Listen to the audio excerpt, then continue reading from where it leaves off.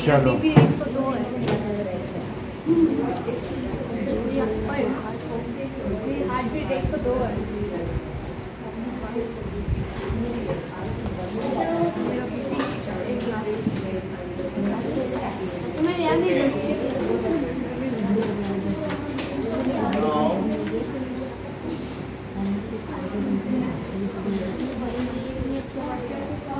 So,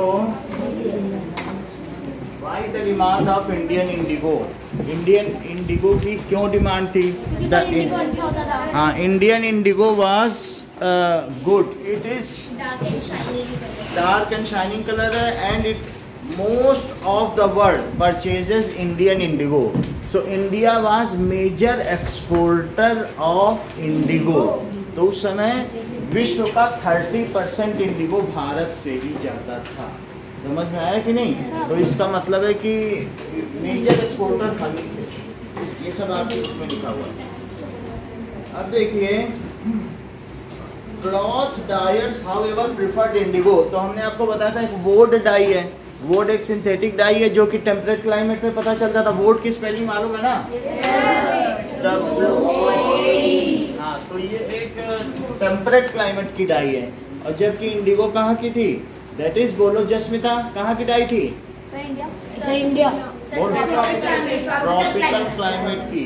मैं 3 महीने से इंतजार कर रहा हूँ कि जस्मिता कुछ बोले। बहुत शाई नेचर की हैं। Now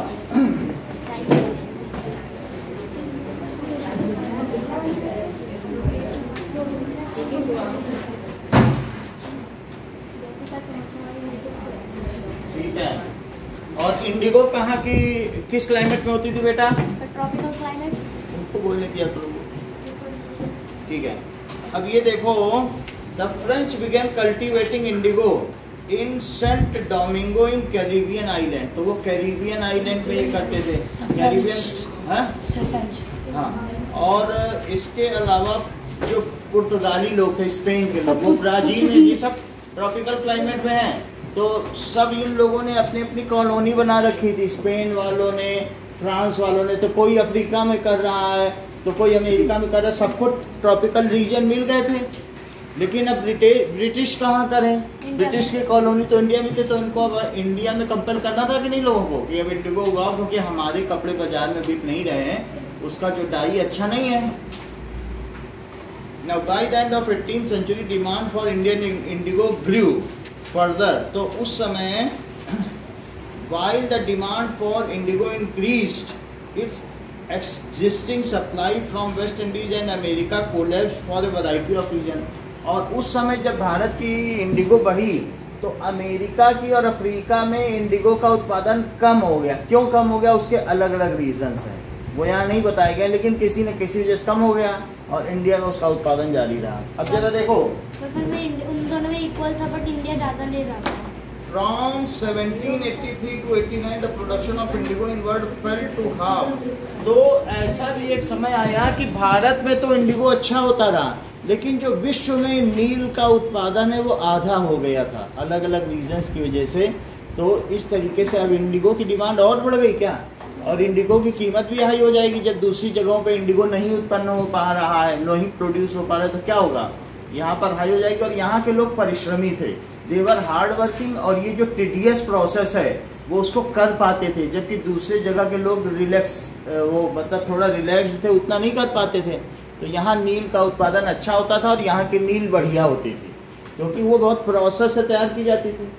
okay, now Britain turns to India, so facing the rise of indigo. सब जगह इंडिगो की डिमांड होने लगी, तो ब्रिटेन ने सोचा यही अच्छा मौका है और हम क्यों ना इंडिगो से पैसा कमा लें। yes, तो फिर उसने इंडिया को चुना कि अब यहाँ पर हम कंपलसरी इंडिगो उगाएंगे।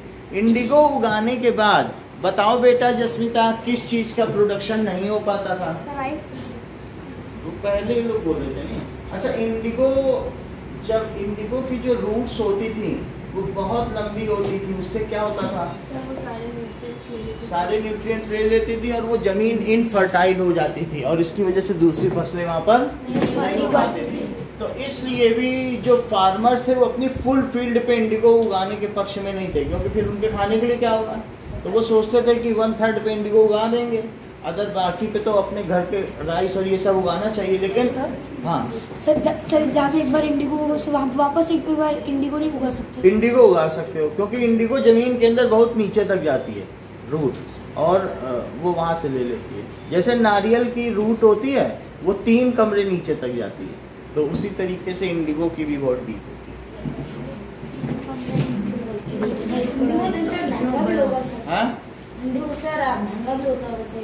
इवन इंडिगो महंगा भी होता है और इंडिगो को विद रूट उखाड़ा जाता है। कल आपने उसमें देखा था कि विद रूट्स के साथ हो जा रहा है। जो फार्मर सब ब्रिटेन थे वो तो सर फार्मर को बहुत कम पैसे दे देते हैं। हाँ, इसलिए उनको फायदा नहीं होता था, इतना सारा काम भी लेते थे और कुछ फायदा नहीं होता था, तो इसलिए वो नहीं चाहते थे कि इतने मेहनत में पड़े। ठीक है, तो और जो राइस है वो इंडियंस को ही बेचना होता था, तो उसमें उनको फायदा मिल जाता था, उनको इंडिगो चाहिए। सो ब्रिटेन टर्न टू इंडिया। अब आगे देखो, इसमें यहाँ पर क्या दिखाया गया फिगर में, the slave revolt in Saint Domingo ended. तो वहाँ पर जो सेंट डोमिंगो है कैरिबियन सी में, वहाँ पर स्लेव रिवोल्ट हो गया। अब हम आपको सेंट डोमिंगो का वीडियो दिखाएं, वास्तव में मैप कहाँ है, जिससे आपको ये पता चले कि कैरिबियन सी कहाँ है। और ये भी आपको देखना चाहिए कैरिबियन सी तो उधर है ना, क्या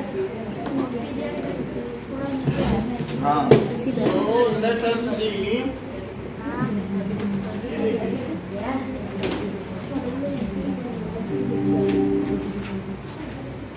नहीं मारो।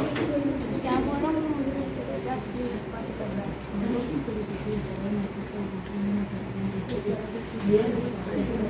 हाँ भाई, मैं तुक्का लगा रहा हूँ।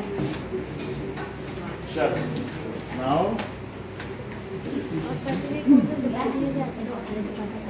Okay.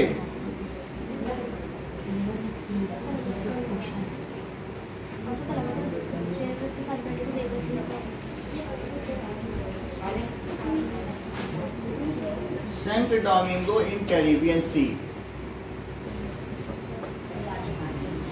Flights from Joppa to Santo Domingo leaving the 29th of August and coming back the 2nd of September start at 360,729 rupees.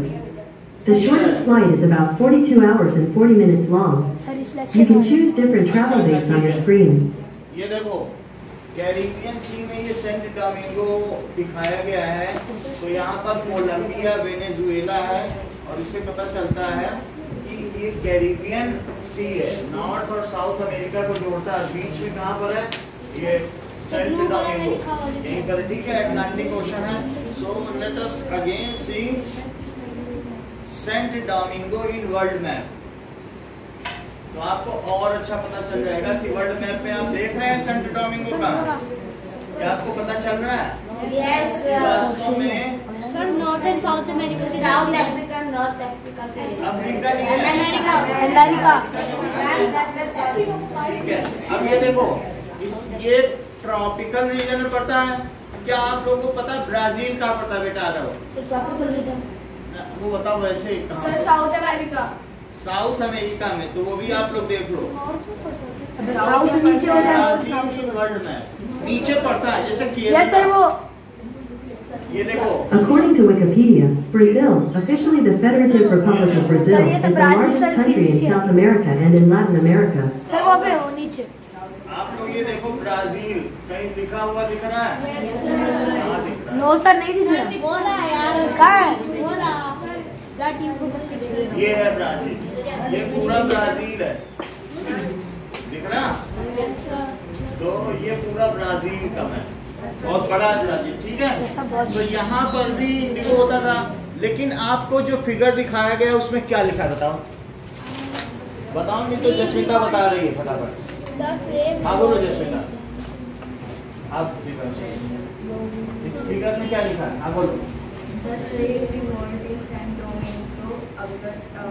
August 1791 painting by January। तो जो वहाँ के गुलाम थे उन्होंने क्या किया, बोलो मैम? स्लेव से उगाया जाता था। ये काम वहाँ के नागरिक नहीं करेंगे, गुलाम ले जा जाते थे, तो वो करते थे। तो फिर उन लोगों ने रिवोल्ट कर दिया, भैया हम ये नहीं उगा सकते, इतना टीडियस प्रोसेस और ये केमिकल है। तो उन्होंने डिनाई कर दिया। वर्ल्ड में सब जगह यही हो रहा था, स्लेव डिनाई कर रहे थे। तो इंडिगो का उत्पादन लगभग सब जगह बंद हो गया था, लेकिन इंडिया में जारी था, इंडिया में चल रहा था। यही तो दिखाया गया।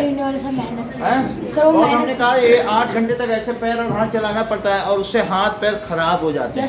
पानी में खराब हो जाते हैं। तो इंडिगो तो केमिकल है, और वो वार्म वाटर है। और आपको मालूम है कोई भी चीज फर्मेंट हो जाए तो उसमें कितनी बदबू आती है। यस सर, मैंने 8 घंटे उसको सड़ाया, उस सड़े में उनको करना पड़ेगा तो अच्छा लगेगा। तो इस तरीके से करना पड़ता था। So African slave worked on the plantation. और इसी तरीके से देख लो मानसी, आगे क्या बताया गया? चुप हो जाती हो, बात जब पूछो तो चुप हो जाती हो। अभी क्या बताया अभी हमने, बोलो। अफ्रीकन स्लेव ने भी रिवोल्ट कर दिया। भाई रिस्पॉन्ड करो तो पता चले कि हाँ मानसी पढ़ रही है। और इसके पहले क्या बताया था, कहाँ के लोगों ने रिवोल्ट किया? अच्छा, हम तो आपके लिए इतना मैप है ढूंढ ढूंढ के दिखा रहे हैं, आप तो चुप बैठिए। बोलो बेटा। सेंट डोमिंगो कहाँ पर है, किस सी में पड़ता है? कैरिबियन सी है, तो कहीं अरेबियन सी है ना, कैरिबियन सी में पड़ता है। और किसने रिवोल्ट किया? अफ्रीकन। सो अफ्रीकन स्लेव्स ने भी कर दिया। तो अफ्रीका और ब्राजील अब ये सभी मुख्य उत्पादक थे, तो इन लोगों ने भी कर दिया। Now who work in plantation rose in rebellion. और उन्होंने पूरी नील की खेती जला डाली। और किलिंग, जरा पढ़ो पिक्चर में क्या लिखा, किलिंग देयर रिच प्लांटर्स। और जो उनसे नील की खेती करवाते थे इंडिगो की, उनको मार डाला।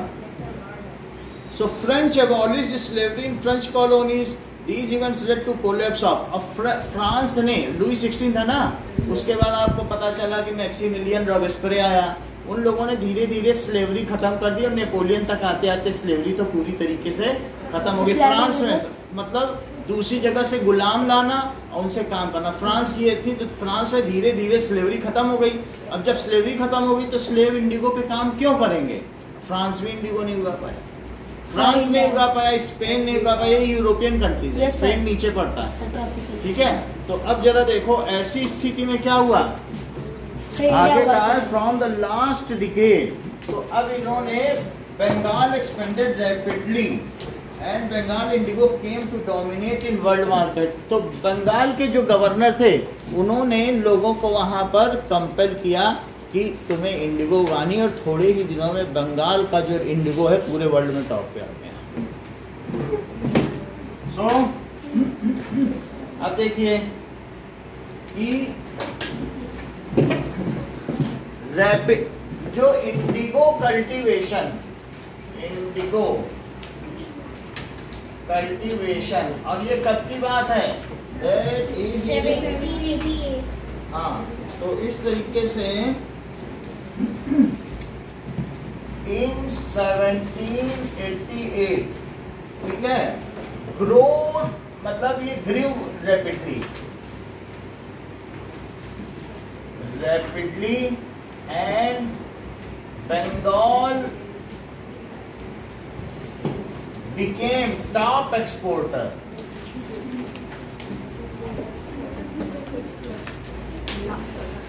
of indigo. क्या आपको इस बात की जानकारी है कि उस समय बिहार भी बंगाल में पड़ता था? बंगाल एक बहुत बड़ा प्रोविंस था, बिहार और ये सब, इवन यूपी का भी कुछ हिस्सा। जो यूपी है वो यूनाइटेड प्रोविंस, हाँ वो सब उसमें पड़ता था।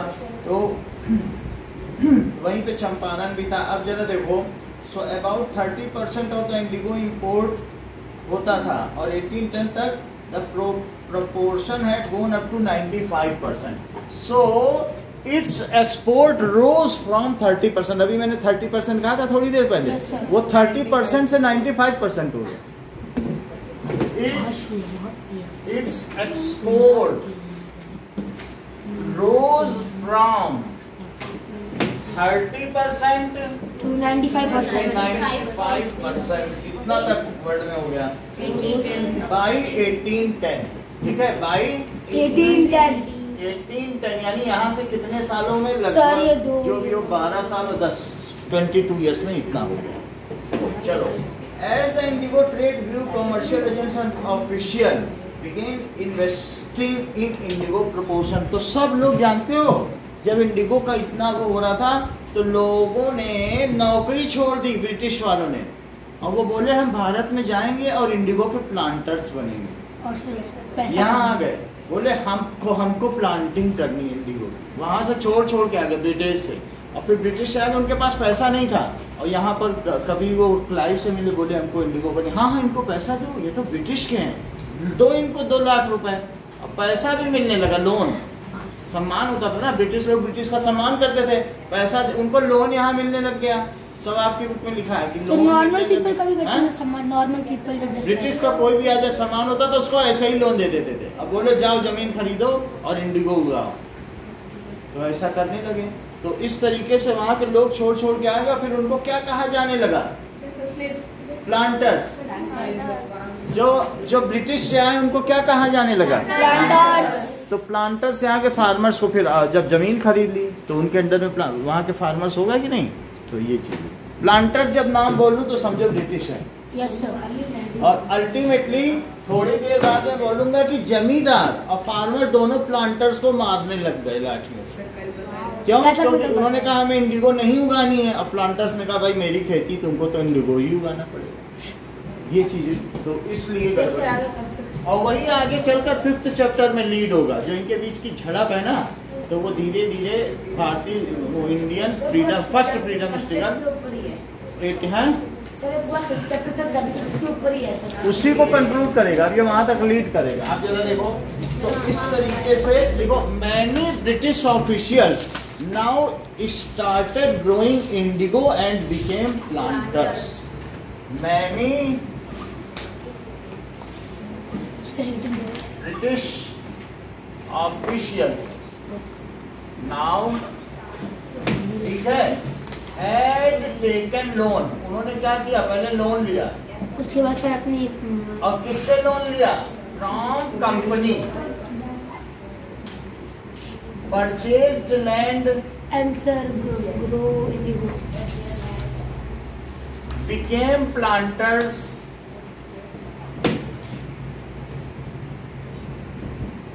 And started growing indigo. Indigo as it has large margin. थोड़ा लगाओ ज्यादा पाओ। एज इसका फायदा है, इट हैज गुड मार्जिन।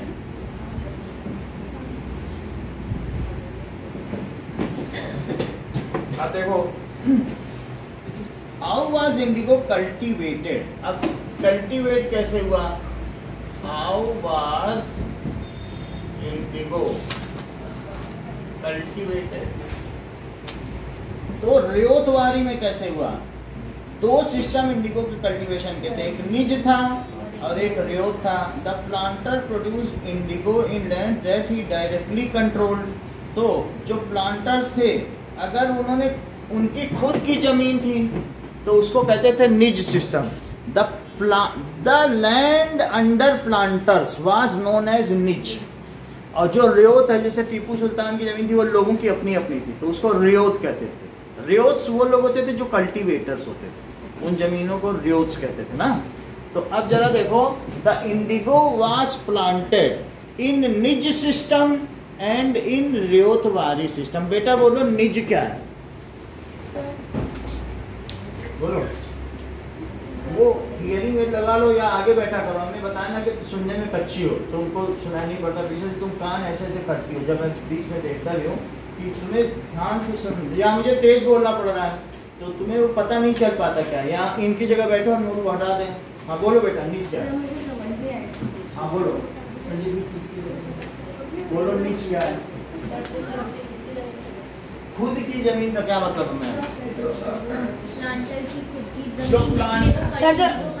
हाँ, ऊपर जो लिखा है, the land owned by planters was known as निज, और the land owned by the farmers is known as ryotwari system. उसमें भी हुआ आया इन्होंने, और अपनी जो खरीद ली थी अभी लोन लेके, सर सर निज Indigo was planted in nij system and ryot system. समझ में आई बात? निज क्या है?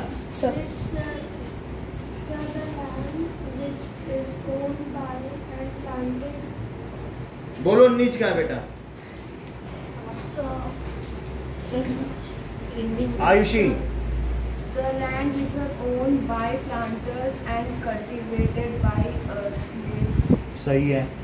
स्लेव तो नहीं कह सकते वहाँ के Farmers. फार्मर, इंडिया में कोई स्लेव नहीं था। अच्छा रेयोत क्या है? The land which was owned by farmers. farmers and also cultivated by farmers. सही है। तो the indigo was planted in nij system and ryot system. Indigo was planted in nij and निज का मतलब हिंदी में भी तो होता है ना, सर क्या होता है? निज इसका मतलब क्या होता है? मतलब निज निज जन जान विसारियो, चाहे स्वामी मोहि न विसारियो, चाहे लाख लोग मिल जाएं, और हम सम तुमको बहुत है, तुम सम हमको नहीं। निज का मतलब मुझे मत विसारना, हे भगवान मुझे मत भुला लेना, चाहे तुम्हें लाख लोग मिल जाएं, क्योंकि मेरे जैसे तो तुम्हारे सर, निज पास मतलब बहुत सर है, हमारा। लेकिन तुम्हारे जैसे हमारे पास कोई नहीं। निज का मतलब है कि अपना, निज जन जानी संभारियो, मुझे अपना जन जान करके ही आप संभाल लेना। तो निज समझ गए ना? Yes. ये मेरी निजी प्रॉपर्टी, निजी संपत्ति नहीं समझते हो? Yes. ये मेरी निजी जमीन है, मेरी सजा ओन। ऐसा नहीं कहते निजी, मेरा जमीन है। अब ये देखो, Indigo was planted in nij and ryot system.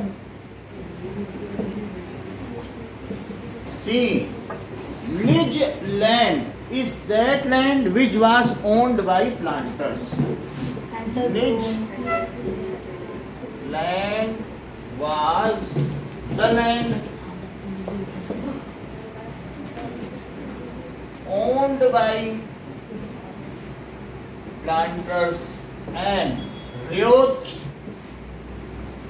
was the land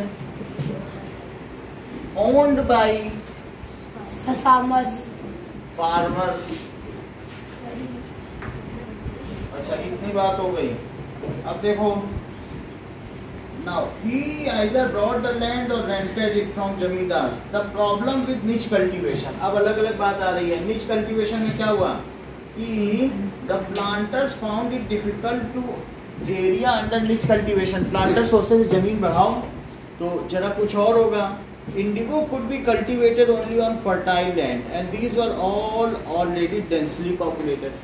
सब जगह तो लोग रहते थे, बंगाल की बहुत सारी जनसंख्या थी, तो अब वो जमीन कैसे बढ़ाए?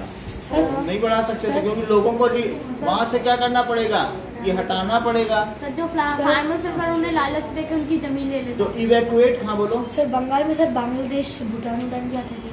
बांग्लादेश तो आता था, वही पूरा बंगाल था। बाद में फिर अंग्रेजों ने उसका डिवीजन किया, ईस्ट बंगाल और वेस्ट बंगाल। वेस्ट बंगाल अभी भी हमारे पास है और ईस्ट बंगाल बांग्लादेश बन गया। और सर भूटान कभी भी किसी को बुलाया नहीं।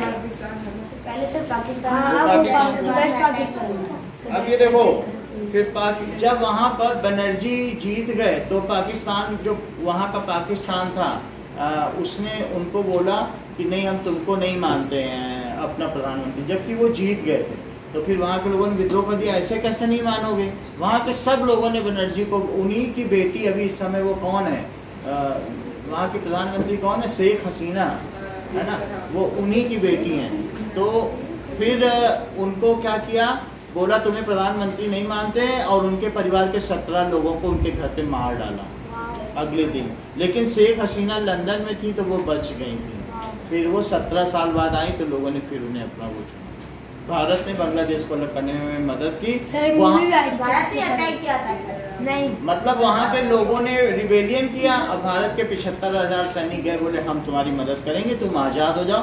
वो लोग इनको इन्फीरियर मानते थे, कहते थे हम असली मुस्लिम हैं और ये नकली मुस्लिम हैं, इनको कोई भी मदद नहीं करते थे। तो यहाँ के लोग असंतुष्ट थे, और यहाँ तक कि इनके प्रधानमंत्री को वो मेजॉरिटी पर थे, उनको लाहौर ने चुनने से मना कर दिया, बोला सब धोखाधड़ी है, सब ऐसे ही हो गया है। तो फिर जब इतना सब कुछ हुआ तो फिर इन लोगों ने अलग होना स्वीकार किया और भारत ने मदद कर दी।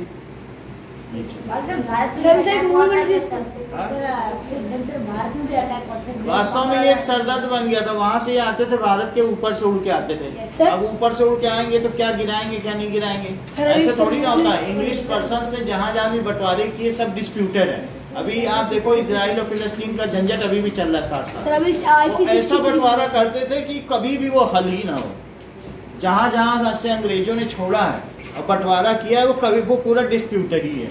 आर्मेनिया अजरबैजान का बंटवारा, आर्मेनिया के अंदर इतना बोल दिया कि ये आर्मेनिया है ये और ये अजरबैजान, बंटवारा कर दिया। अब बोला ये चीज तुम्हारी है। बोले ये कोई बात होती है? अभी तक अभी 2 साल पहले ऐसे कर सकते हैं क्या? कह रहे ये भी तुम्हारा है, बेकार की चीज। ऐसे यहाँ पर भी इंडिया कर दिया। अब इंडिया करने के बाद बोल दिया कि इतना तुम्हारा इतना तुम्हारा। बोलो ऐसे होता है क्या? ये कोई मतलब है? कैसे वो आएगा जाएगा और फिर हमारे ऊपर से आएगा तो हम उसको जाने देंगे? तो ऐसे ही सब 3 जगह किया बंटवारा। इजराइल फिलिस्तीन का भी बिल्कुल बेकार बंटवारा। अभी सर किसके पास है कश्मीर? कश्मीर तो आ जाएगा अपने अंदर में, थोड़ा हिस्सा हमारे पास है। बहुत सारी चीजें कांग्रेस ने गड़बड़ की है। जो हमारा ये लैंड है ये देखो तो, और ये श्रीलंका है। तो इंदिरा गांधी ने यहाँ पर है जो बहुद्योत बंदरगाह उसको इनको दे दिया। बोला हम तुमको दान देते हैं। बोलो भारत की जमीन प्रधानमंत्री दान दे देगा? तुम्हारे बाप की जमीन है। ऐसे दान दे दिया। और यहाँ के मछुआरे कह रहे हैं कि मेरा सब ये इस जगह पर जो सी एरिया है अब वो लंका उनको आने नहीं देता, वो मछली नहीं पकड़ पाते हैं क्योंकि एक आइलैंड के चारों ओर की इतनी जमीन उसी देश की होती है। तो यहाँ के लोग अब सारा व्यवसाय चला गया सिर्फ इसलिए कि हमारी तुम्हारी दोस्ती मजबूत है। लो ये जमीन है। ऐसे तुम भारत ही दान दे दो उठा के किसी पूरा पैसा दे दो। पैसा दे दिया। तो इस तरीके से बहुत गड़बड़ हुआ। यहाँ पर देखिए असम में जब डिस्प्यूट हुआ तो जवाहरलाल नेहरू ने बोल दिया हम असम को अपना मानते ही नहीं, ले जाए जिसको ले जाए। असम को ऐसे बोल दिया। सर किसने दिया सर? इंदिरा गांधी ने। अभी परसों भी बात हो रही थी तो सारे लोग लोकसभा से उठ के चले गए जब इस आइलैंड की बात हो रही थी। वो जानते थे कि ये चोरी हुआ है। तो ऐसी हालत हो गई। इसके अलावा असम और पूर्वोत्तर राज्यों में भी यही हाल हुआ। और फिर वहां पर जब चीन ने आक्रमण किया तो इन्होंने वायुसेना से कहा जवाहरलाल नेहरू चुप बैठे रहो, कुछ करने की जरूरत नहीं, वहाँ बर्फ गिर रही है, कहाँ जाओगे? और बोले सब लोगों से बोल दिया। उन्होंने जो जमीन ली है चीन ने इतने 1000 स्क्वायर किलोमीटर की, वो बिल्कुल बेकार जमीन है, बर्फ की है, वो लेके पछताएंगे। सर चाइना वहाँ पे अटैक करना चाह रहा है। चाइना ले लिया वो सब जमीन, जबकि वो स्ट्रेटेजिक पॉइंट है। अगर वहां पर वो आ गया तो आसानी से मैदान में उतर आएगा। तो वही तो बफर जोन है, पहाड़ों से इधर उधर। नहीं तो अब हमें परेशानी होती है। वो जमीन हमारी थी लेकिन उसको दे दिया। और फिर सब लोग पूरा विश्व आश्चर्यचकित हो गया कि इन्होंने चाइना ने इनकी जमीन ले ली और ये यूएन में क्यों नहीं गए, यूनाइटेड नेशंस में एक कंप्लेंट कर देते तो जमीन दिलवा देते इनकी। सारे देश के लोग एक वोटिंग होती हमें जमीन मिल जाती, वो गई नहीं। तो ऐसी हालत है। पीओके दे दिया। किसको दे दिया? पाकिस्तान आ गया तो यहाँ के लोगों ने बोला कि आक्रमण करे तो बोले सर मुझे आप अलाउ करो, रात तक हम लाहौर पे कब्जा कर लेंगे। उन्होंने कहा रुक जाओ, अभी हम यूएन जाते हैं, हार जाने दो तुम, हम वहाँ फैसला कराएंगे। आज तक फैसला ही नहीं हुआ। अरे जब तुम्हारे सैनिक जीत रहे थे तो जीत ही जाने देते, अपनी जमीन पूरी वापस नहीं ले लेनी चाहिए। जीतती हुई सेना को रोक दिया और फिर अभी तक उसका वो नहीं हुआ। और पाकिस्तान ने जो जमीन ली उसने अपनी उसी जमीन में से चीन को दान दे दिया। लो दोस्त तुम्हें हमारी जमीन उसने ली और उसने उसको दान दे दिया। भारत का ही दान चल रहा है। हमारे पास ही सब जमीन है जो दान दी जा रही है। चलो अब ये देखो इंडिगो कल्टीवेशन में कुछ समस्याएं आई। तो अब उसको लेने में बड़ी दिक्कत आ रही है। ऐसे जो दे दिया गया ना, हम लोग बात कर रहे हैं श्रीलंका से कि हमारी जमीन दो, वो दे नहीं रहा है। सो अब ये देखिए, अब हमारे बीच का अनमोल जो है वो राहुल गांधी बनेगा तब देश का कल्याण करेगा। चलो नाउ सुनिए कि हमने क्या बताया कि the planters want to expand the निच cultivation. they want to increase the land area. However, the area nearby it was densely populated. ये बहुत ज़्यादा जनसंख्या थी। अब क्या उनको आप इवैक्यूएट करोगे? अगर इवैक्यूएट करोगे तो उनको रिहेबिलिटेट कहाँ करोगे? उनको बसाओगे कहाँ? ऐसे तुम भगा नहीं सकते ना किसी को। अब भगाओगे तो बसाने की जिम्मेदारी है, तो इसलिए इनको ये प्रॉब्लम आ रही थी। They attempted to lease the land around the indigo factory and evict the peasants from the area, but there was always, जहाँ उन्होंने इंडिगो की फैक्ट्री लगाई तो उन्होंने आसपास की जमीन से लोगों को एविक्ट करने की कोशिश की। एविक्ट का मतलब इवैक्यूएट करने की, लेकिन इससे प्लांटर्स और वहाँ के लोगों के बीच झड़प हो गई, क्योंकि ऐसे तुम किसी को एविक्ट कर सकते हो। सो देखो, इन निज कल्टीवेशन, 2 लाइन का क्वेश्चन होगा। इन निज cultivation planters want to increase their land, want to increase the land, ठीक है, which resulted in conflict between local farmers and indigo planters. उसकी वजह से क्या हुआ? Which resulted, अभी भी कहीं कहीं पर भी जो ना खेती की है, चाहे माउंट आबू चले जाओ, यहाँ राजस्थान में सबसे ऊपर जो टॉप हिल पे बंगला होगा वो अंग्रेजों का ही होगा। जितनी भी पानी है सब में सर हेनरी हाउस, हर जगह वो लोग सबसे ऊंची जगह पे बैठते थे। ब्रिटिश राजस्थान में भी आए थे। हाँ? सर मतलब आउटर एरिया में आए थे, कुछ कुछ जगहों पे आए थे जो अच्छे अच्छे हिली एरिया है। जोधपुर में आए, उनके सम्मान में आगे राजाओं ने बनवा दिया। आए तो थे कहीं कहीं, बाकी क्लैश नहीं हुआ। Which resulted in clash between, clash मतलब लड़ाई, हाँ, between farmers sir and planters। अब देखो, ये तो यहाँ का हो गया। Nor it was not possible for laborers to mobilize।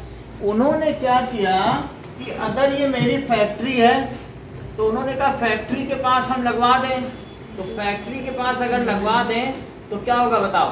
वो पानी जो होगा वो जो चारों तरफ का यहाँ पर ही प्लांट कराएं। तो उन्होंने कहा दूर दूर से कि आ जाओ किसानों, यहाँ खेती करो, क्योंकि ट्रांसपोर्टेशन का लोग कह रहे हम क्यों अपना घर छोड़ के आए। Was it easy to mobilise the farmers? उनको उनके घर से उठा के तुम यहाँ ले आओगे? तो ये भी लिखा है कि they wanted to grow indigo near the factory, but जो लास्ट लाइन पढ़ो उसमें लिखा है it was not easy for farmers to mobilise. क्या ये लाइन लिखी है? 8वीं लाइन पढ़ो, लिखी है कहाँ पे? मतलब इसी पेज के अंत में कि it was not labour, not it was easy for labour to mobilise. सबसे पहले यस सर। तो मतलब वो क्यों जाएंगे? दे वांटेड टू, क्या लिखा है बताओ? They wanted to grow indigo near factories, but no farmer was ready to go near factory. कोई जाएगा वहां पे? दे वॉन्टेड टू ग्रो, पंखा बंद कर दो। ओके मत कर लो, indigo near factory, but no farmer was ready to go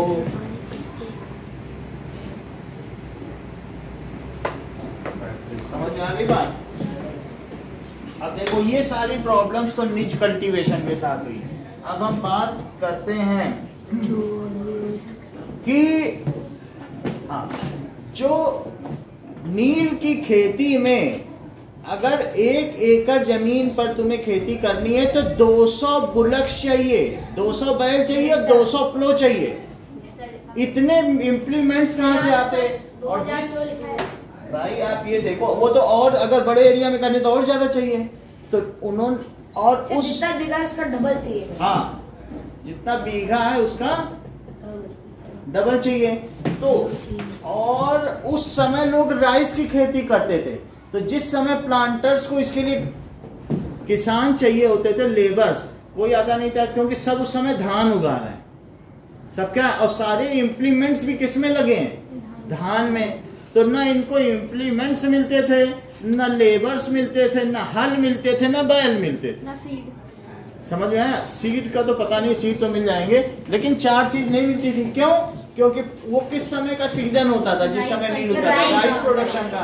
तो उसी पैरा के अंत में लिखा है कि for indigo plantation they are not getting ploughs, bullocks, labours, कुछ भी नहीं पा पाते थे, as it was a time for rice production. Sir farmer को राइस करना ज्यादा, हाँ, उनको प्रॉफिट मिलता था। So they were not getting ploughs, bullocks, bullocks का मतलब है बैल, और and labours for indigo cultivation, as it was time, as laborers were busy at that time for rice production, as laborers were busy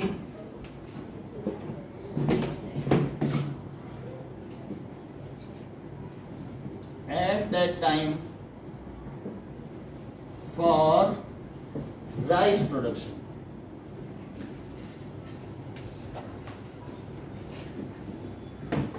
अब जरा देखो, ये सही बताना है। 1 बीघा, अगले पेज पे, 1 बीघा के लिए कितना चाहिए होता था बताओ?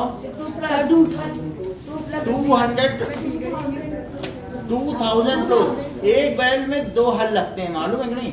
Yes sir. दोनों तरफ लगते हैं कि नहीं? Yes sir. ऐसे तो इस तरीके से उनको ऐसे 1000 बीघा वुड नीड 200 प्लोज।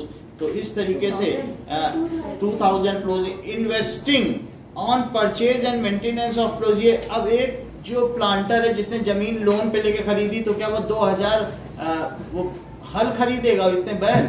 उसको तो फायदा कमाना है। अगर वो इन्वेस्ट यहाँ रुकने के लिए थोड़ी आए, वो तो 2 साल बाद चला जाएगा फिर किसी को बेच के, तो वो तो नहीं खरीदेगा। तो ये सारी समस्या आ रही थी। अच्छा, अब आगे अगले पैराग्राफ में, till the late 19th century planters were therefore reluctant to expand. फिर उन्होंने सोचा छोड़ो, जितनी जमीन है उसी पे उगाओ। Less than 25% of land producing indigo were under this system.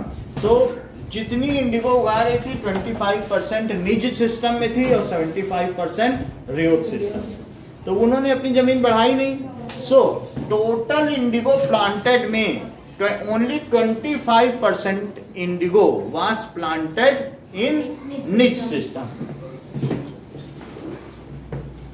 सो अलग अलग सिस्टम में अलग अलग एरिया रिजल्टेड, क्योंकि वो बढ़ा नहीं पाए ना अपनी जमीन, बहुत दिक्कत होती थी। It resulted in 25% of total Indigo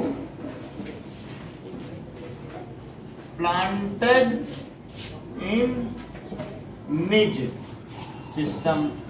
क्योंकि वो जो एक इंग्लिशमैन आ गया, लोन ले लिया, तो क्या उसके पास सेना होगी क्या? सर उम्मीद है कि नीचे। सर उम्मीद है कि नीचे निज, तो निज सिस्टम में वो उगाते थे, उनके पास सेना तो नहीं थी। अगर आके अगर बगल वाले फार्मर मार दे तो वो मारे जाएंगे कि नहीं? तो इसलिए उन्होंने झगड़ा नहीं किया, जो चल रहा था वैसे। अब देखो रेत, अब अगला क्या है? ये तो निज सिस्टम की बात की मैंने, और अब किसकी बात की जाएगी? रेत कल्टीवेशन में द प्लांटर्स फोर्स्ड द रेत टू साइन ए कॉन्ट्रैक्ट। रेत वाली में उनकी जमीन थी, तो मैं बोलूं लो पलक 1000 रुपए लो और तुम इंडिगो उगाओगी, जो उग जाएगा हम ही को देना, और जब तुम देने आओगी हम तुमको बीज दे देंगे फिर 1000। तो पलक खुश हो गई, अरे अभी तो उगाया नहीं है, 1000 मिल रहा है, तो उन्हें दे दिया। लेकिन जब 2-3 साल बाद इन्होंने देखा कि 1000 तो बहुत कम है, 1000 में तो हम कुछ कर ही नहीं पाने, हमारा घर का खर्चा भी नहीं चल रहा, उसमें से बहुत सारा उसी में चला जा रहा है। और आ करके वो देखते भी थे, ठीक से क्यों नहीं उगा रही हो, उतनी जमीन खाली वहां उगाओ। तो अब उन्होंने पैसा दे दिया, जिम्मेदारी खत्म।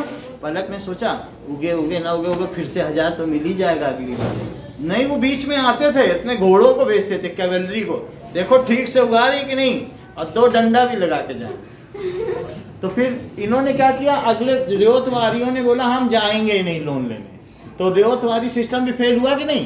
तुम एडवांस तो दे रहे हो, लेकिन जो एडवांस ले रहा है तुम उस पर प्रेशर डाल सकते हो क्या? तुम कह रहे हो कि ठीक है एडवांस ले लो, करो, हमें बेच देना, तो बाद में तुम उनके यहाँ जा रहे हो प्रेशर डालने, यहाँ उगाओ वहां उगाओ, जाओ खेत पे, ऐसे कर सकते हो क्या? तुमने फार्मर की स्वतंत्रता नहीं छीन ली। बोलो। तो रियोट्स ने भी धीरे धीरे काम करना बंद कर दिया। तो वहां लोन सिस्टम था। चला पढ़ो रियोट वाले में। इसके इंटरेस्ट बहुत ही ज्यादा है। तो मतलब ryots have to sign a contract. Ryot क्या है बताइए? Has their own land. Ryots have their own land. और ये These were South Indian farmers. ये कौन थे बताओ? साउथ इंडियन टीपू सुल्तान से जो जमीन जीती थी। So these were South Indian farmers. South Indian farmers. So अब इन्होंने क्या किया कि ब्रिटिशर्स ये क्या कर made, they have signed a contract with company to grow indigo. They get an advance for that. Riots were compelled, उन्हें बाधित किया गया, बाध्य किया गया, compelled to sign contract for indigo plantation. For that, उसके लिए उन्होंने क्या किया? They have been given an advance amount. और जब वो अपनी खेती पूरी करके खेत का सामान लेके बैलगाड़ी में आ जाते थे, फिर उनको फिर से नया एडवांस दे दिया जाता था। मतलब ये सिस्टम चल रहा था ना। जब तुम खेती करके ले आओगे काट के, फिर से पैसा लो, फिर उगाओ। तो एक साइकिल बन गया था ना ये। अब ये साइकिल बन गया था। यही प्रॉब्लम इसके अंदर। तो इसमें क्या होता था? कैश एडवांस मिलता था। तो इससे क्या होता था? Now it committed the ryot to cultivating indigo at least 25% area. उनको जो पैसा दिया था कहा जाता था तुम्हारा जितना खेत है 1/4 में तो तुम्हें उगाना ही उगाना है। 25% पे तो तुमको उगाना ही उगाना है। नाउ अब the planters provided the seed and the drill while the cultivators repeated. इसमें दोनों का ही हाथ था। जो लोग पैसा देते थे क्या वो प्लांटर्स थे? हाँ। तो प्लांटर्स उनको अच्छे अच्छे बीज देते थे और उनको क्या करना पड़ता था? उन बीज को डाल के जमीन की टिलिंग करनी पड़ती थी, खुदाई करनी पड़ती थी और सारा काम करना पड़ता। बीज देने का काम प्लांटर्स का, अब बाकी उगाने का काम इनका था। ठीक है। ऐसा 2 जमीनों में देखो दिखाया गया कि कैसे मीन उगाया जाता है। ऐसा बिल्कुल यही चीज क्या हम लोगों ने वीडियो में भी यही देखा था ना, ऐसे ही तो उगाया जा रहा है। इधर से लठियल्स का क्या काम था? लठियल्स ये प्लांटर्स के पास थे। जब वो लोग उनसे झगड़ा करते थे सर वो मारते सर लाठी सर वो है ना, प्लांटर्स के पास लठियल्स भी थे। तो वो उनको पीटते थे तो दोनों तरफ से झगड़ा होता था। अब आगे देखो, दोनों फिगर में आपने देख लिया। अब देखो रियोट्स हैव टू क्या करना पड़ता था बताइए? ये grow indigo in 25% of their. ऐसा लिखा है कि नहीं? कैसे लिखा है? Ryots have to grow indigo in 25% of their land। आगे देखिए, अब यहाँ अगले चित्र में क्या दिखाया गया है? ये सर वो इंडिगो काट के पूरा वो अरे वो ये वाले के पास है सर। अब देखो ये वाले में, इसमें देखो सर मैं इंडिगो बनाने लग गया। ये सब इंडिगो बना रहे हैं। Factory located near Indigo fields. आसपास इंडिगो फील्ड है दोस्तों उसके पास इंडिगो और फैक्ट्री है। उसमें इंडिगो फैक्ट्री कहीं एक पीछे चले धुआं सर निकल रहा है। पेंटिंग है विलियम्स हमें सर 1863 की पिक्चर है। और ये देखो वाच हम लोगों ने बर्तन देखे थे ना, तो उसी में ये लोग जो फीमेल हैं वो वहां पर इंडिगो ले जा रही हैं और एक वाट बीटर है, उसके पास लाठी, वो जमीन से बीट कर रहा है। जमीन में क्या करता है बताओ? वो जो पानी नहीं भरा था उसको बीट करने से क्या होगा कि वो अच्छी तरीके से, जितना उसको बीट करोगे नीला होता जाएगा। बीट करने से 8 घंटे में उसका कलर ग्रीन से धीरे धीरे ब्लू हो जाएगा। तो बीट करना बहुत महत्वपूर्ण है, ऐसे सिंपली करोगे तो नीला नहीं होगा। तो ये ऐसे करते थे। तो these are the vat beater. Okay, और क्या दिखाया गया बताओ? ये क्या अगले फिगर में इंडिगो को काटते हुए दिखाया जा रहा है क्या? यस सर, काट के फिर लेडीज सेलिंग काट होगी। रही। तो ठीक है, लास्ट स्टेज है जिसमें आप उनकी कटिंग लिखा है कि नहीं? कल तो ऐसा हम लोगों ने देखा भी था कि कैसे वो काट रहे थे, तो काटते भी दिखाया गया था। ये सारी चीजें यहाँ पर दिखाई गई हैं और पूरा प्रोसेस हमें पता है, फर्मेंटेशन से लेके सारी चीजें उबालने तक और फिर जो उसका नीचे। अब ये देखो, तो ब्लू रिबेलियन क्या है बताओ? कहते हैं नीला विद्रोह, नील का विद्रोह के नाम से मालूम होता है। इसके अंदर से मना किया था सर। ब्लू रिबेलियन देखो, इन मार्च 1859 the thousands of riots refused to grow indigo. रियोट्स ने बोल दिया कि हम नहीं, वैसे तो इन्होंने कहा रियोट्स इन बंगाल, हो सकता है बंगाल में भी रियोट्स हो, जिनकी खुद की जमीन है उन्हें रियोट कहेंगे और जो प्लांटर्स की जमीन है उनको निज कहेंगे। ठीक है, तो बंगाल में भी हो सकता है रियोट हो। था सर, वो साउथ के अंदर साउथ में था, वैसे बंगाल बहुत दूर तक फैला हुआ था नहीं, लेकिन जो भी हो बंगाल में भी इन्होंने कहा कि वहाँ भी खुद की जमीन। सर प्रोविंस बड़ा बंगाली था, सब बड़े बड़े प्रोविंस है। सबसे अगर मैं दिखाऊंगा, अभी फोटो दिखाऊंगा। मद्रास प्रोविंस पर समझो भारत में 3 बहुत बड़े बड़े प्रोविंस थे, फिर गुजरात प्रोविंस भी था, अवध प्रोविंस था, ये बहुत बड़े बड़े। सबसे ज्यादा प्रोविंस बड़ा कौन सा? वो मुझे देखने से पता चलेगा, मुझे तो मद्रास अभी देख के बता देंगे, लेकिन ये बहुत बड़े बड़े थे, 3-4 राज्यों का। उड़ीसा भी बंगाल में था। अब जरा देखो क्या कहा गया है कि वहां के लोगों ने क्या किया बताओ? 1859 में रियोट्स ने किस पे अटैक किया? रिफ्यूज टू पे रेंट्स टू प्लांटर्स। उन्होंने प्लांटर्स को रेंट नहीं दिया। प्रोविंस में था? राजस्थान। अभी देख लेते हैं, बॉम्बे में आता था सर। अभी देख लेते हैं। So and attacked indigo factories. उन्होंने फैक्ट्री में आक्रमण कर दिया। ठीक है, armed with sword and spears, bows and arrows, धनुष, बाण, तीर, तलवार सबके साथ फैक्ट्री में आक्रमण कर दिया। और वुमेन टर्न्ड अप, और वुमेन बेलची, डेपची और बेलन लेकर दौड़ पड़ी। ठीक है, Those who worked for the planters were socially boycott। और जो लोग प्लांटर्स के लिए काम करते थे उनको भारतीयों ने निकृष्ट कहा, बोला इसको हटाओ अपने समाज से, ये ब्रिटिश की गुलामी करता है। तो जो नील की खेती ब्रिटिशर्स के लिए करते थे ना, भारतीयों ने उनका बाइकआउट कर दिया, बोले इसको। तो ऐसा भी हो रहा था। एंड जो गोमास्तास थे, प्लांटर्स के एजेंट थे, ध्यान दो, प्लांटर्स के एजेंट को क्या कहा जाता था? गोमास्ता। सो उन्होंने क्या किया? एजेंट्स, जब वो पैसा लेने आते थे कि भाई अब पैसा दो, उनको पीट देते थे। तो who came to collect rent were beaten. Riots swore they would no longer take the advantage to sow indigo nor to bullied by the planters latials. ना तो वो bullied का मतलब डरेंगे, वो प्लांटर्स के लठियल से भी नहीं डरेंगे, और उन्होंने ये भी स्वीयर, जानते हो स्वीयर का मतलब कसम ले। तो कसम ली, क्या कसम ली? कि वे अब कभी नील की खेती नहीं करेंगे।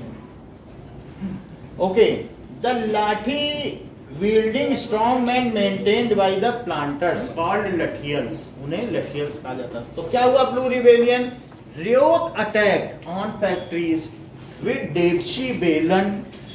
So Riots attack on indigo factory. ऐसा कब हुआ बोलो? In March 1859। March 1859। देखो 1857 में स्वतंत्र संग्राम हुआ है, तो उसके 2 साल बाद की बात है। तो उसी स्वतंत्रता संग्राम के प्रभाव में किया। बोले अब तो हमारे सैनिक भी मारे, हम भी मारे। उनमें ये ताकत उन्हीं से आई कि वो मंगल पांडे ने नहीं किया था जो गोली चला दी थी, तो इन्होंने कहा हम भी चलाएंगे। तो सब तलवार 2 साल बाद की बात है। मतलब अगला चैप्टर 1857 से शुरू होगा, लेकिन ये चैप्टर खत्म होने वाला है। तो बोले ये भी चल ही रहा है। तो 1857 में भारत का प्रथम स्वतंत्रता संग्राम हुआ था, इंडियन फर्स्ट फ्रीडम स्ट्रगल। और उसके 2 साल बाद ये। तो दे अटैक, ठीक है, विद सॉर्ड, सर तो क्रॉस सर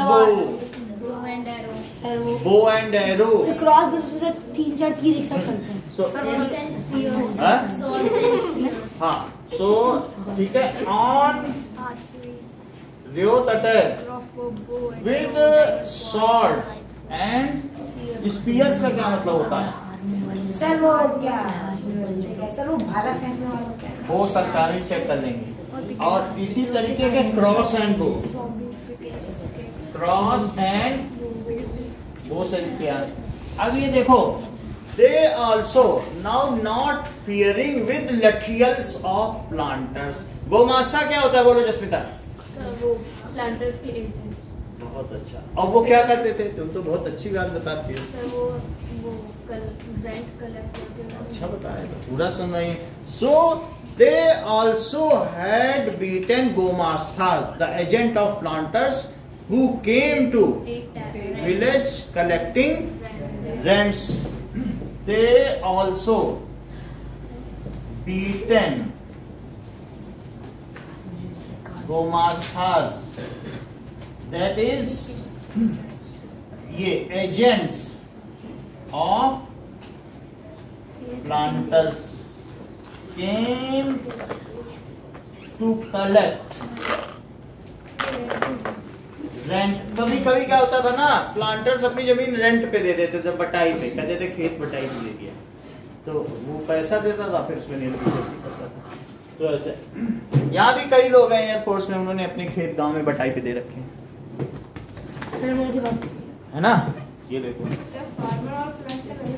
हैं प्लांटर्स इंग्लिश मैन है, उन्होंने पूरी जमीन ले ली, अब वो सब फार्मर्स को रेंटर वो करते थे। प्लांटर्स का मतलब वास्तव में ऐसा लगता है जैसे प्लांट वही हुआ है, कुछ नहीं कर रहा है। प्लांटर्स का मतलब है कि वो पैसे देते थे और फार्मर से वो लाखों रुपए लेके, वो समझो एक जमींदार है, जमींदार के ऊपर। क्योंकि अभी मैं थोड़ी देर बाद बताऊंगा कि जमींदार और फार्मर मिल गए और उन्होंने प्लांटर्स को मारा, उनके अंडर में जमींदार है, प्लांटर्स के ऊपर, जमींदार के ऊपर है प्लांटर्स। तो और जब ये दोनों मिल गए, इसी से प्रथम स्वतंत्रता संग्राम। कि जमींदार किसके साथ, अभी तक जमींदार उनपे वो करता था, और जब वो लोग फार्मर्स को, क्योंकि जमींदार रेंट नहीं दे पा रहा था प्लांटर को, तो उसने कहा हम नहीं दे पा रहे, तो न ये लोग बेचारे किसान भी कुछ नहीं कर पा रहे, तो किसान बोले हम जाके मारे, बोले हाँ मारो, हमको तो रेंट नहीं देना है, जमींदार को देना है ना पैसा, अब वो नहीं दे पा रहा, वो जान रहा है कि मेरी जमीन चली जाएगी, जमींदारी चली जाएगी, तो वो किसान बोले हम जाके भैया मार आए उनको, हम मार दो जाके, उनको भी नहीं देना, लो 2 आदमी हम आगे ले जाओ, मार डालो उसको। यही तो प्रथम स्वतंत्रता संग्राम है कि सब मिल गए, अब अंग्रेजों को मारने लगे, भारतीय एक हो गए, चाहे वो किसी भी ग्रुप के अंदर। They also are not bullied by lathiyals, वो उनके द्वारा भी भयभीत नहीं होते थे। तो क्या चीज है बोलो? They also are not fearing with latials. They also are not, were not fearing. ये पहले का समय है ना, तो was, were second form use करना, had not fearing with latials. Owned by planters.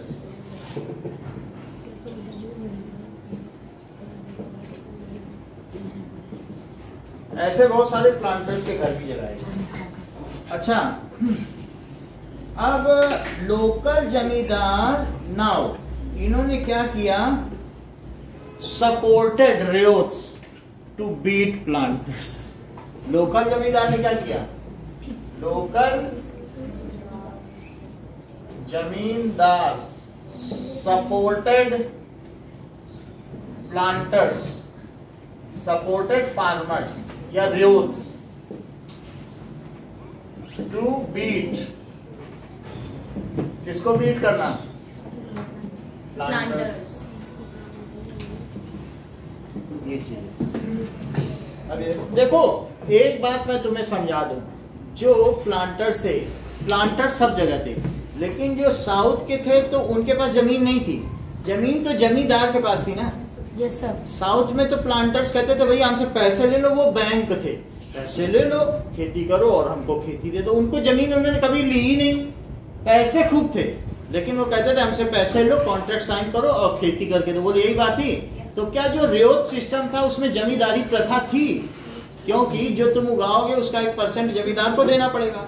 अब तुम बाकी किससे क्या ले रहे हो? तुमने जमींदार से जमीन रेंट पे ली, अब तुम जो उगाओ, तो अब तुम सोचो क्या उगाए, अरे वहां प्लांटर बैठा है, चलो नील की खेती उगाते हो, पैसा भी दे देगा। तुमने तो जमीन रेंट पे जमींदार से लिए, अब प्लांटर के पास गया, बोले हाँ हाँ 1000 रुपए लो, जाओ उगाओ। तो अब जब तुमने उगाई तो उससे उसको दे दी, और अगर उसको खेती दे दी तो अब तुम सोचो अब हम जमींदार को क्या दें, इसको भी चाहिए पैसा। तो अब यहाँ गड़बड़ हो रही है कि नहीं हो रही है? क्योंकि तो वो तो पूरी खेत ले लेगा तुम्हारी जो तुम उगाओगे। तो इस तरीके से ये दोनों मिल गए, और किसको मारा? वो जो पैसा लेके बैठा है प्लांटर। तो धीरे धीरे जमींदार ने इनको सपोर्ट कर दिया। तो जहां जहां रियोतवादी सिस्टम था वहां वहां पर इस तरीके का संग्राम। अब देखो, इन्होंने indigo peasants fought pitched battle with lathiyals, lathiyal के साथ इन्होंने बड़ी लड़ाइयां लड़ी। In other places even zamindars went around village with road to register, और जमींदार भी साथ मिल गया। The indigo peasants imagine the British government would support them, तो ऐसा सब कुछ होने लगा। टू गिव देम लैंड, और धीरे धीरे जब इनके ऊपर बहुत सारे लड़ाई झगड़े होने लगे और प्लांटर्स को मारा जाने लगा, तो ब्रिटिश ने अपने ऑफिशियल्स भेजे और उन्होंने कहा नहीं नहीं, यहाँ तो तुम इन पर बहुत अत्याचार कर रहे हो, उसको नील चाहिए ना, तो वो थोड़ा सूदिंग इफेक्ट नहीं होता है। तुमने तो फार्मर्स पे बहुत सारा वो किया है, ऑपरेशन किया है, ऐसा तुम्हें नहीं करना चाहिए, प्लांटर्स थोड़ा कम करो।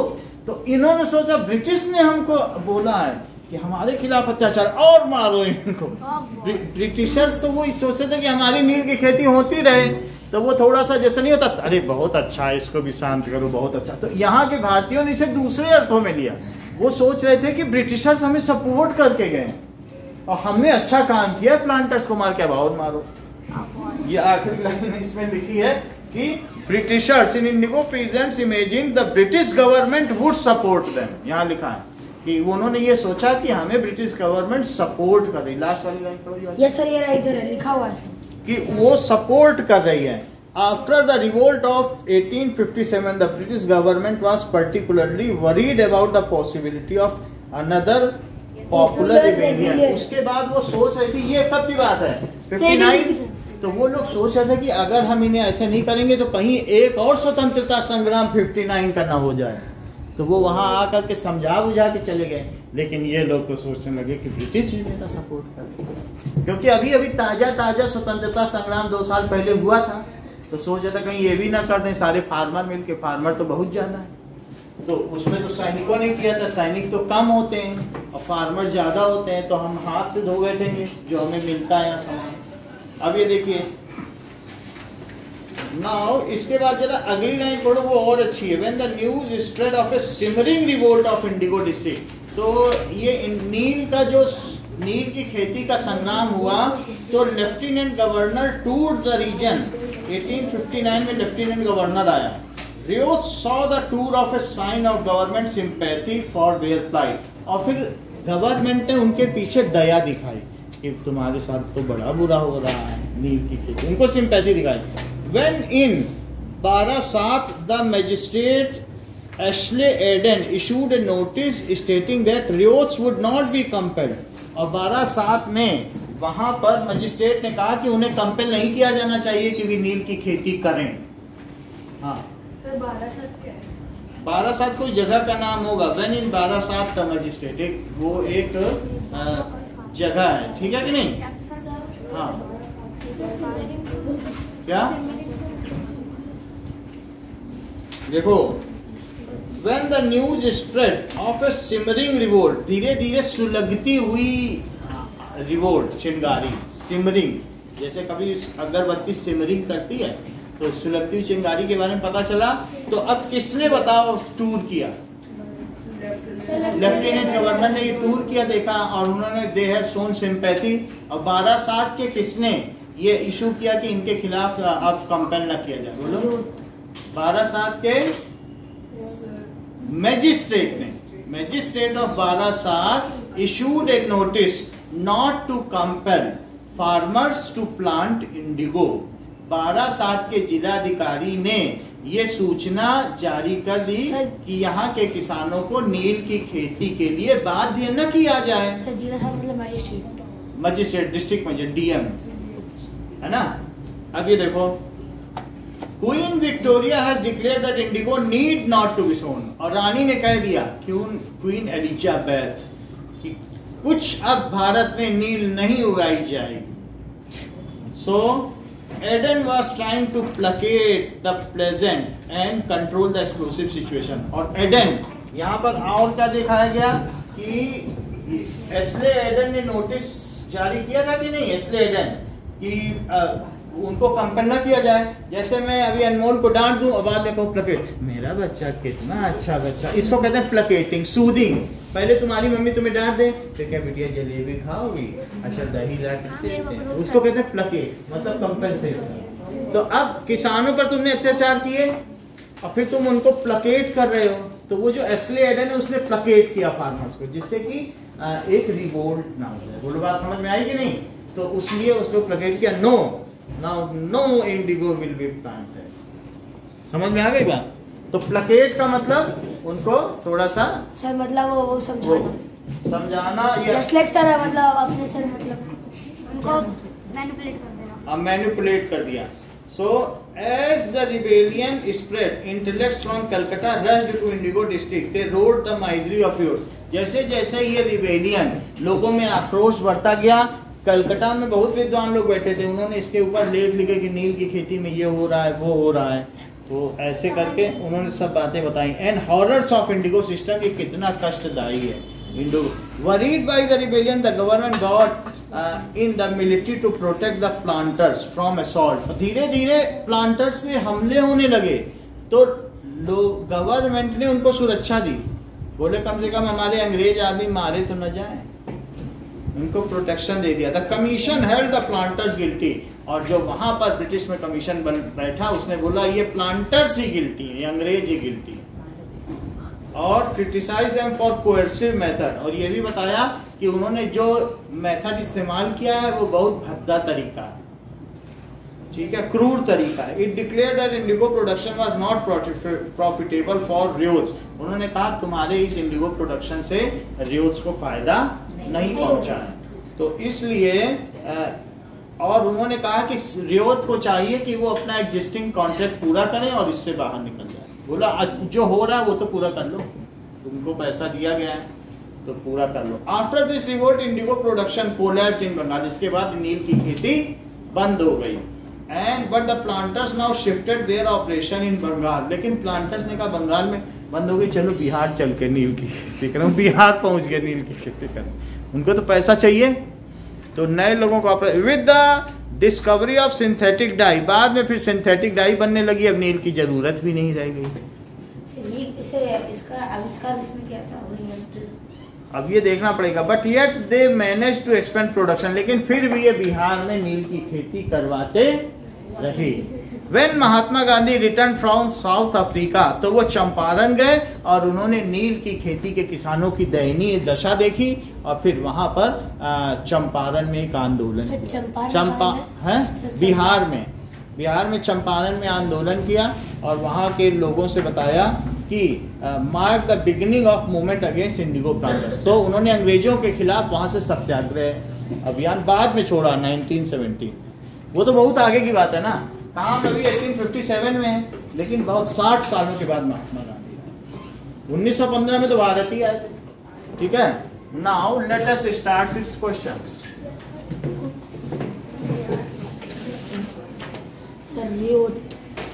कैरिबियन का स्लेव का ये देख लो चित्र, कैरिबियन कहाँ पे सर? ये कौन सी कैरिबियन? हाँ फिर पुरानी, सब पुरानी बुक में हाँ? वाली। अरे मत कर यार। चलिए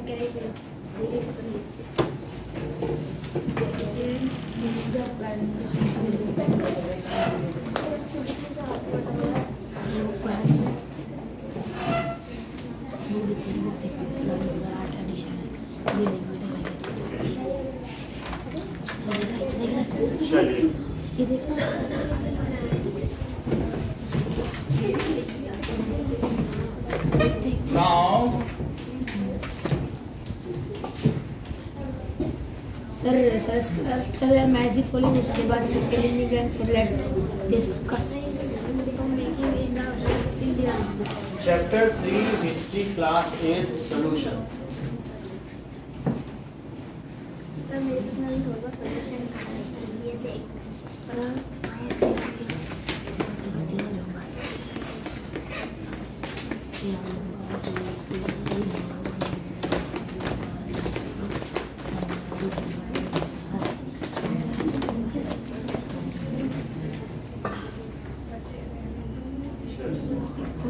सर रिफ्लेक्शन आ रहा तो है। फर्स्ट क्वेश्चन देखते हैं कि इसमें दिया गया है क्वेश्चन फर्स्ट। सर यार तो सर वो है सेकंड चैप्टर है टीपू सुल्तान। टीपू सुल्तान है तो सेकंड है। यस सर सेकंड है। सर मैंने कुछ बोला था मैं मैथ्स लेकर आया थी। Ruling the country side.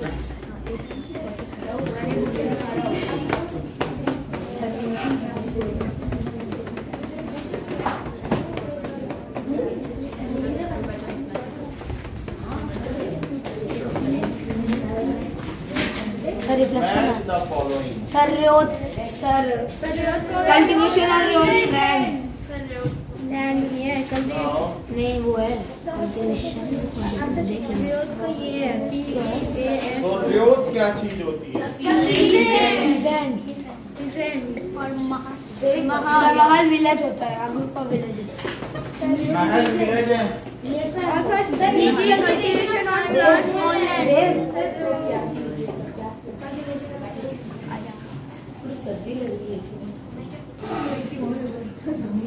बेटा भाई कौन है?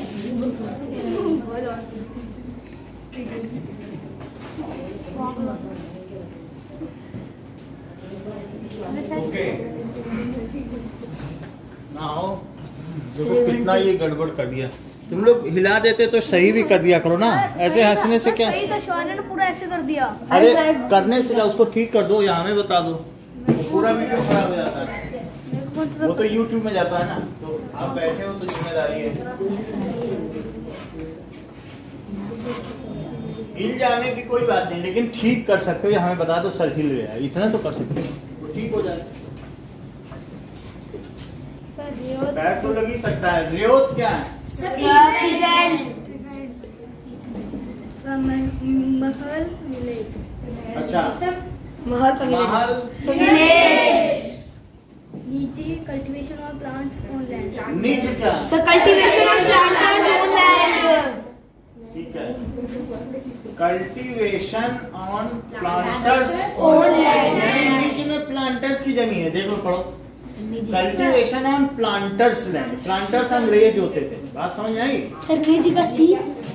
Cultivation on planters land. और बोलो रियोत क्या है? Cultivation on roads. अच्छा रियोती क्या है? Cultivation on land. देखो जरा क्या है रियोती, क्या चीज है? रोटी।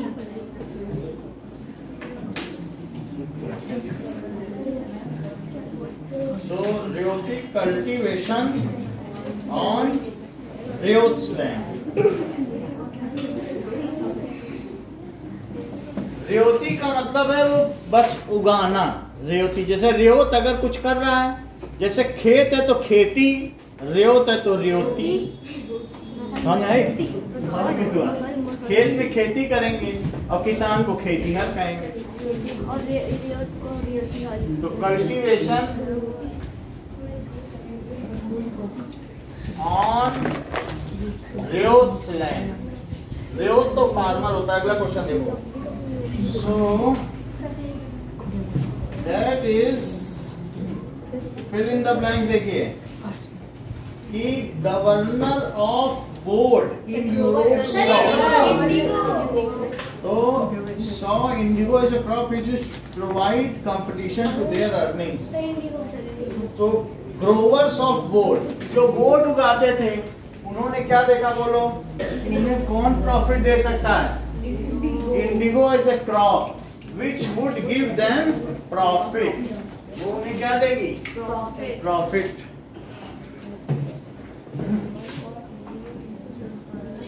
इंडिगो। सेकंड का आंसर देखो। अच्छा, the demand for indigo increased in late 18th century. British 18th century कब से कब तक होगी? सर 1700 से 1799। तो लेट 18th सेंचुरी में उन्होंने ये 1750 के बाद। हाँ वाली। तो उन्होंने क्या देखा बताओ? Indigo increased in late 18th century because of industrialisation. वहाँ बहुत इंडस्ट्री होने लगी, और इंडस्ट्री होने में क्या, वहाँ बहुत कॉटन के कपड़े बनने लगे, तो उसके बाद वहाँ औद्योगिकरण हो गया। ब्रिटिश में क्या हो गया? इंडस्ट्रियलाइजेशन, और उसकी वजह से वहाँ बहुत सारे इंडिगो चाहिए थी। तो इस फैक्ट्रीज बन चुकी थी बड़ी बड़ी। हाँ, तो मैनचेस्टर में ऐसा हुआ था, इंडस्ट्रियलाइजेशन। नेक्स्ट देखो, the international demand for Indigo was affected. Synthetic die. तब तो नील की खेती का उत्पादन बंद हो गया ना, फिर क्या जरूरत है? नहीं। और ऐसा वहाँ की एलिजाबेथ ने बोला भी कि अब इनसे नील न उगाई जाए, हमारे यहाँ सिंथेटिक डाई बन रही। So synthetic die.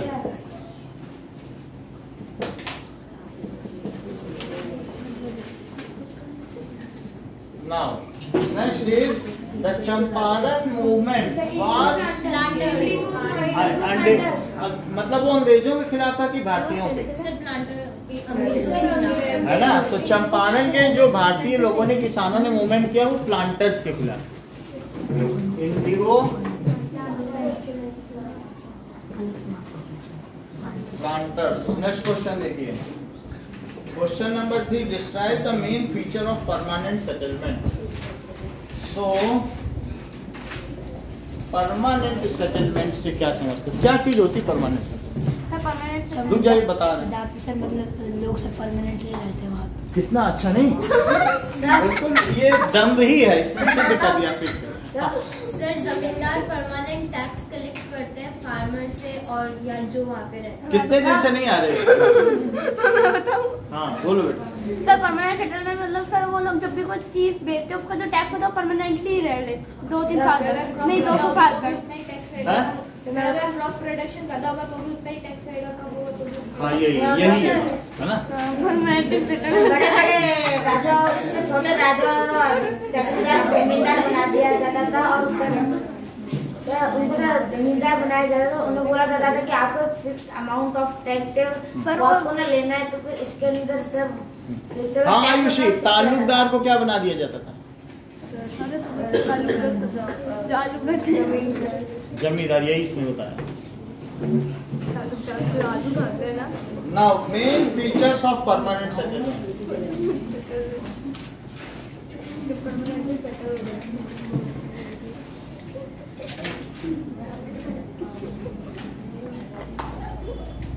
चलिए, उसको घर का भी काम करना पड़ता है, यहाँ से जाके सब घर का चौका बर्तन तुमको उसके खिलाफ, उसकी मजबूरी नहीं देख रहा है बेचारा, अंडे भी बेच रहे हैं। The permanent settlement benefited landlord more than government. Main features क्या था बताइए? कि the zamindars and the revenue collectors were converted into landlords. Zamindar को क्या बना दिया गया? जो जमींदार है उसको वहां का, इसके फीचर्स पूछे गए, तो उनको परमानेंटली बोल दिया तुम यहाँ के भूस्वामी हो, जमीन के स्वामी तुम ही हो, जमींदार। और साथ में जो रेवेन्यू कलेक्टर से पैसा ले जाते थे, बोले तुम्हारी ही जमीन है, अब रेंट पे दो। पहला फीचर क्या बताओ? कि जमींदार and revenue collector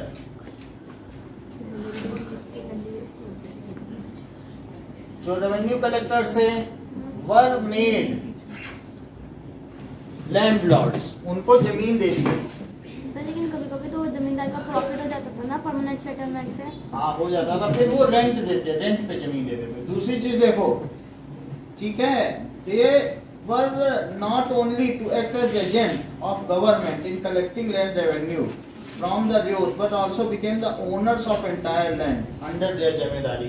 Now they became owners of entire land under them. वो ओनर बन गए थे कि नहीं?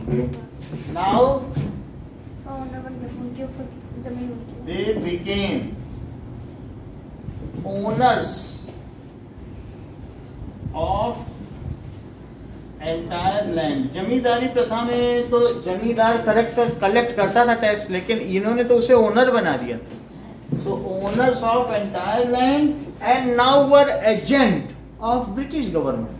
सर एजेंट भी बने थे। जब ये वो ओनर हो गए, अब इन्हें टैक्स देना पड़ेगा कि नहीं? So they pay revenue to company, so they were agents of company. They pay fixed amount of revenue. कैसा करते थे? वो हम अगली लाइन में लिखेंगे।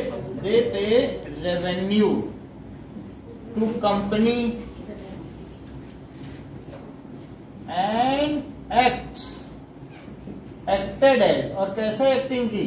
As agent of company. अब जैसा शौर्य ने बताया कि उन्होंने ये बात बताया कि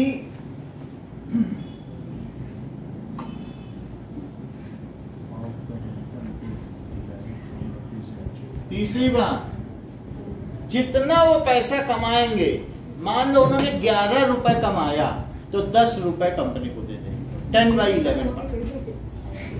समझ में आया? 1 रुपया तुम्हारा और 10 रुपया कंपनी। तो लॉस हो रहा है। उनको जमीन दे दी गई, तुमको 1 रुपया रखना है, 10 उनको दे दो। तो यार वो तो जमीन अगर सिर्फ 12 रुपए कमाए तब भी सिर्फ 10 रुपए देने पड़ेंगे sir.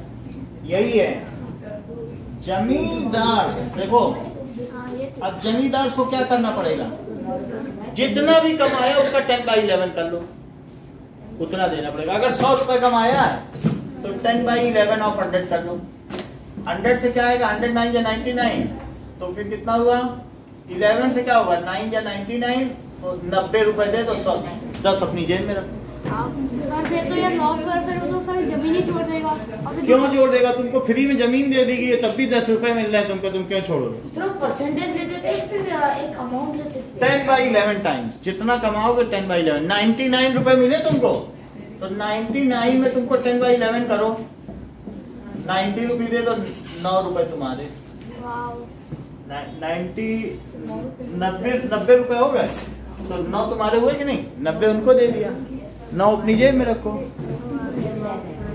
Zamindars have to pay 10/11 part of the revenue they earned and will keep 1/11 part for themself. 11 हिस्से करो, 10 हिस्से उनको दे दो और 1 हिस्सा। और बात समझ में आई? Zamindars have to give 10/11 part of revenue earned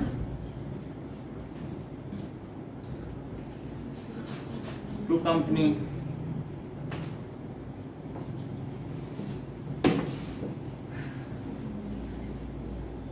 and can keep 1/11 part for them. The revenue was permanently settled by company and in future it was not going to increase. तो वो फिक्स कर दिया गया, अब बढ़ेगा नहीं जीवन, उतना ही तुम्हें देना। लेकिन आपने कहा तो 200 साल बाद देता है। नहीं, वो अब उन्होंने फ्रैक्शन कर दिया ना, 10/11। अब इसमें बढ़ने घटने का ही नहीं, जितना तुम कमाओ उसका 10/11 दे, जितनी मर्जी उतना रखो। ठीक है कि नहीं? रेवेन्यू was permanently fixed, इसके द्वारा फिक्स कर दिया गया by company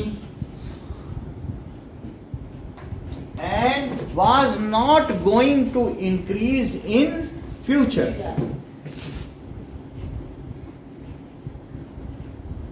Company promised. किस बोलो promised. सृष्टि ये कौन लाया था परमानेंट सेटलमेंट?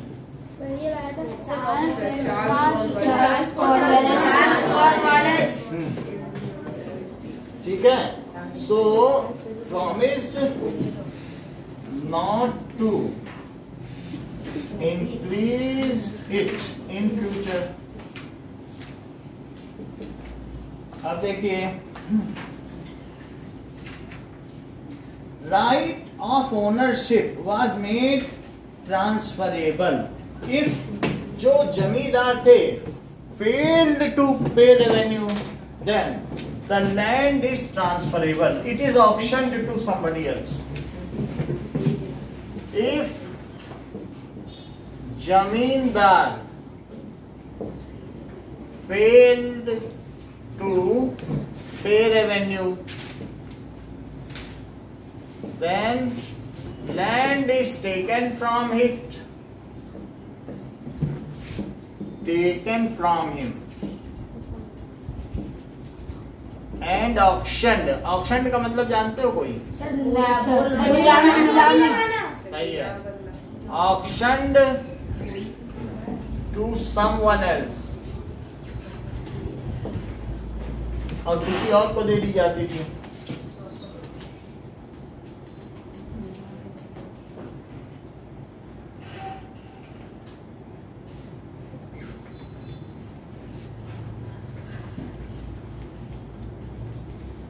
अच्छा, even though crop has failed, then also जमींदार have to pay revenue. Even though अपने जितना उसने बचाया उसी में से दे. Even though crop has failed, जमींदार यानी उसे बचा के रखना पड़ेगा. Has to pay revenue. It was bought by, कौन लाया? चार्ल्स. स्पेलिंग बताओ.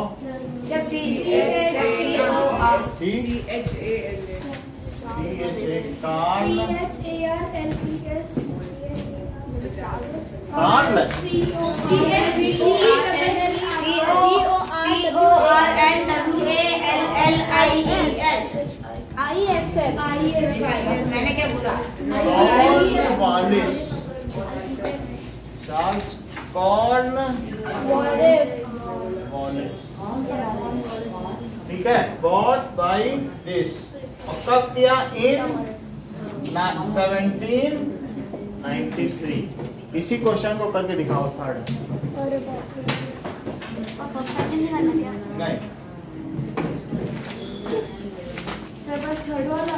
हाँ, थोड़ी देर देख लो. इसको ऑफ कर दो.